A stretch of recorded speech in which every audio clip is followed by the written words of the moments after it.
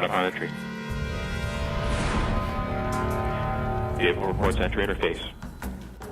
At this time, it will begin pressurizing the propulsion system to increase the thrust of the system. We'll use that for all the maneuvering in the atmosphere we're about to do. The vehicle has just reported via tones that it has started guided entry. Target at this time. We have seen peak deceleration. We should have parachute deploy around Mach 1.7. The parachute is deployed. We are decelerating. Heat shield has separated. We're found the ground. We're down to 90 meters per second at an altitude of 6.5 kilometers and descending. Standing by for back shell separation.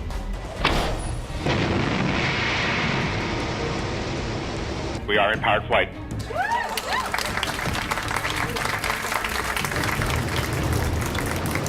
We're at an altitude of 1 kilometer descending. Standing by for sky crane. Sky crane has started. Signal to us, you remain strong.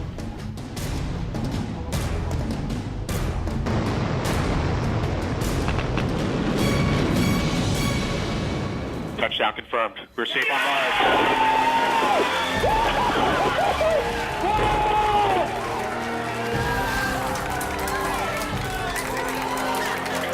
Time to see where our curiosity will take us.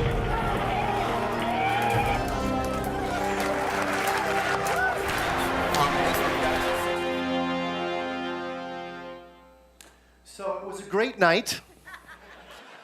Present-day Adam was pretty happy about it. This is my wife Trisha's favorite image of me from landing night. It's actually also my favorite image because that's me looking at this. For me, landing, the ones and zeros that come down, the signals that come down and say she's landed and it's safe, they have some meaning, but they don't have the visceral human connection of a new image of a new place on Mars. She's taken lots of images since being there. This is a beautiful image of the shoulders of Mount Sharp.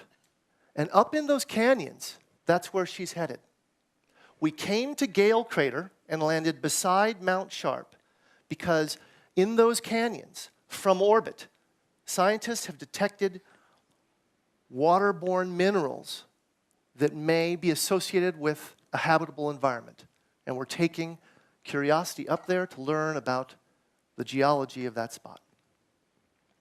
She's a long way off from making it there. It'll take her many months to get there, but already she's made fantastic discoveries. She's left her landing site. Remember I showed you that black sand cleaned off by the dust devils? Well, this terrain wasn't cleaned off by the dust devils. This was cleaned off by the plumes of the rockets that landed Curiosity. And you can see her trail as she's left the landing site, heading towards her destinations. Already discovering great things. This image here, the material that appears to look like concrete and the rounded nature of the pebbles tell the geologists on the mission that water existed here, not for seconds or minutes or hours, but centuries, perhaps millennia. And so now we have persistent water on the surface of Mars. One of the keys to the hope that we find, the habitability for life. So she's down in that crater now. She's working away, answering these scientific questions. But when I think about the mission, I'm left with a question. Why do we do this? Is it really all about the science? This is an image from landing night of Times Square. There's over 1,000 people. I'm told it was a lightning storm. I don't know if anybody in the audience was there that night. Over 1,000 people at 1:30 in the morning on a Monday morning. Are they there because they're dying to know the pH and salinity of the primordial aqueous environment on the surface of Mars? I think they may be there for something bigger. They may be experiencing something communally larger. Perhaps it's a cousin of what we experience when thousands of us gather together to see if an athlete can run a set distance a little bit faster than another athlete. When we explore, we are sort of reaching for the edges of ourselves. And we're asking questions about us, individually and collectively.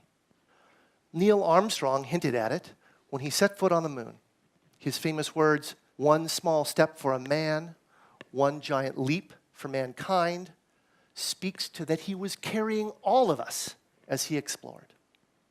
So this question of humanity, of our society, our nation, who are we?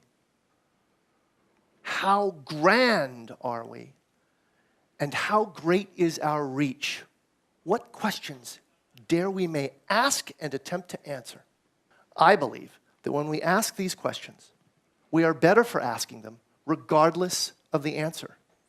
Because the act of asking the question says out loud our aspiration to be more.